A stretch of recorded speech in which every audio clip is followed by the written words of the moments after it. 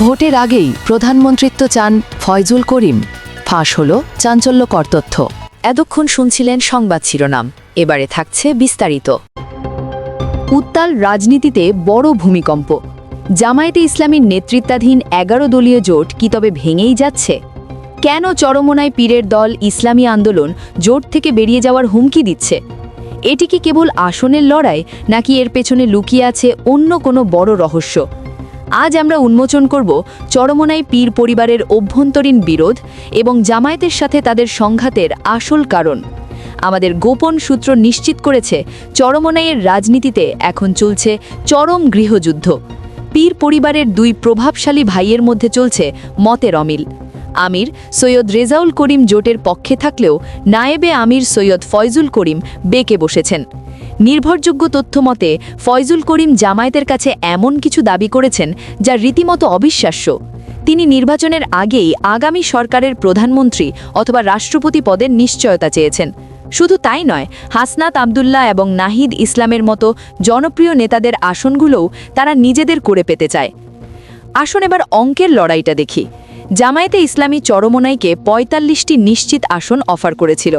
এর বাইরে আরও ২৫টি আসন রাখা হয়েছিল উন্মুক্ত, যেখানে দুই দলই বন্ধুত্বপূর্ণ লড়াই করবে। কিন্তু চরমোনাই এই চ্যালেঞ্জ নিতে ভয় পাচ্ছে। তারা জানে উন্মুক্ত আসনে জামায়াতের প্রার্থীর বিপরীতে দাঁড়ালে তাদের জামানত বাজেয়াপ্ত হতে পারে। তারা চেয়েছিল জামায়াতের কর্মীরা কাজ করবে আর এমপি হবে হাতপাখা। জামায়াত এই অনৈতিক আবদারে রাজি না হওয়ায় এখন ফয়জুল করিম জামায়াতকে মুনাফিক বলতেও দ্বিধা করছেন না। ইতিহাস সাক্ষী, ২০০১ সালেও একই কাণ্ড ঘটিয়েছিল চরমোনাই। সেবারও নগণ্য শক্তি নিয়ে তারা ১০০ আসন এবং প্রধানমন্ত্রিত্ব দাবি করেছিল। ফলাফল কি হয়েছিল? তারা একা নির্বাচন করে ৩০০ আসনেই পরাজিত হয়েছিল এবং ১% ভোটও পায়নি। ২৫ বছর পর সেই একই একগুয়েমি কি তাদের আবারও রাজনৈতিকভাবে শূন্য হাতে ফেরাবে? বিশ্লেষক আলী আহমেদ মাবরুরের মতে পীর সাহেব সমাবেশে যান, কিন্তু ফয়জুল করিম আড়ালে থেকে পলিসি নিয়ন্ত্রণ করেন। এই দ্বিমুখী কৌশলই এখন জোটের গলার কাটা হয়ে দাঁড়িয়েছে।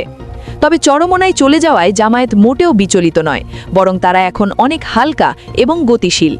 জামায়াত এখন ২৫০টি আসনে এককভাবে প্রার্থী দেওয়ার চূড়ান্ত প্রস্তুতি নিচ্ছে। এতদিন জোটের স্বার্থে অনেক যোগ্য নেতাকে বসিয়ে রাখা হলেও এবার ব্যালটে থাকবে সরাসরি দাঁড়িপাল্লা। বিশ্লেষকরা বলছেন এটি হবে একটি ব্যালট বিপ্লব। যারা পদের লোভে ঐক্যের পিঠে ছুরি মারে, ১২ই ফেব্রুয়ারি ব্যালট বক্সেই তাদের জবাব দেবে দেশের মানুষ। দর্শক, আপনার কি মনে হয়, পীর সাহেবের এই দাবি কি যৌক্তিক?